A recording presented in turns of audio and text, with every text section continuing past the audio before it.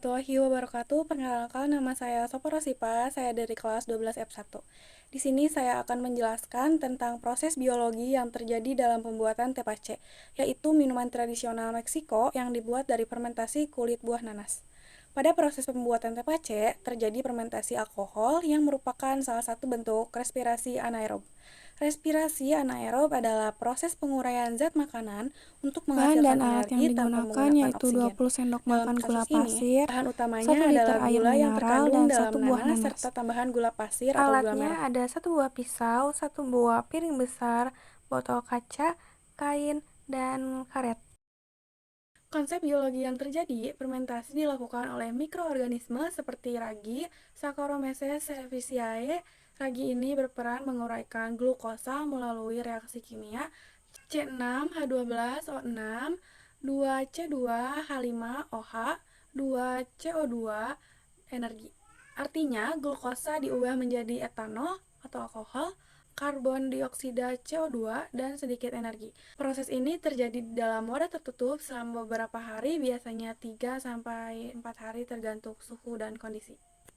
Mengonsumsi tepache dalam jumlah wajar memiliki beberapa manfaat, antara lain membantu pencernaan karena mengandung prebiotik alami dari hasil fermentasi, menyegarkan tubuh dan menggantikan cairan, mengandung vitamin C dari buah nanas. Namun, karena proses fermentasi menghasilkan sedikit alkohol, tepache tidak disarankan dikonsumsi berlebihan. Kesimpulan biologinya, pembuatan tepache menunjukkan bagaimana konsep metabolisme, khususnya katabolisme, dan fermentasi terjadi dalam kehidupan sehari-hari. Proses ini melibatkan bahwa organisme kecil seperti ragi dapat mencegah senyawa organik untuk memperoleh energi, yang secara tidak langsung menghasilkan produk bermanfaat bagi manusia. Kenapa harus menggunakan botol kaca? Karena botol kaca tidak bereaksi dengan zat asam yang dihasilkan selama proses fermentasi. Kalau pakai botol plastik, bisa saja plastiknya terurai sedikit karena asam dan alkohol yang terbentuk. Selain itu, kaca juga lebih kuat menahan tekanan gas CO2 yang muncul saat fermentasi berlangsung. Gula tambahan berfungsi sebagai substrat bagi ragi, yaitu sumber energi untuk mikroorganisme menghasilkan alkohol dan CO2. Semakin banyak gula, semakin aktif proses fermentasi dan rasa tepache akan sedikit lebih kuat serta manis.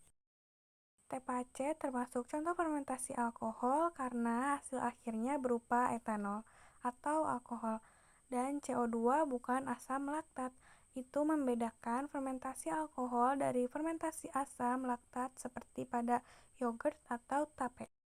Lalu, kenapa mulut botol atau wadahnya ditutup kain? Tujuannya agar udara luar, debu atau serangga tidak masuk dan mencemari hasil fermentasi.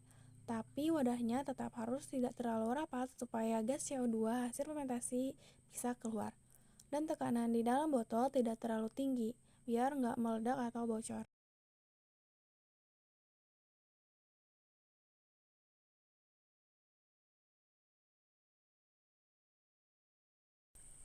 Demikian penjelasan tentang proses fermentasi pada pembuatan tepache.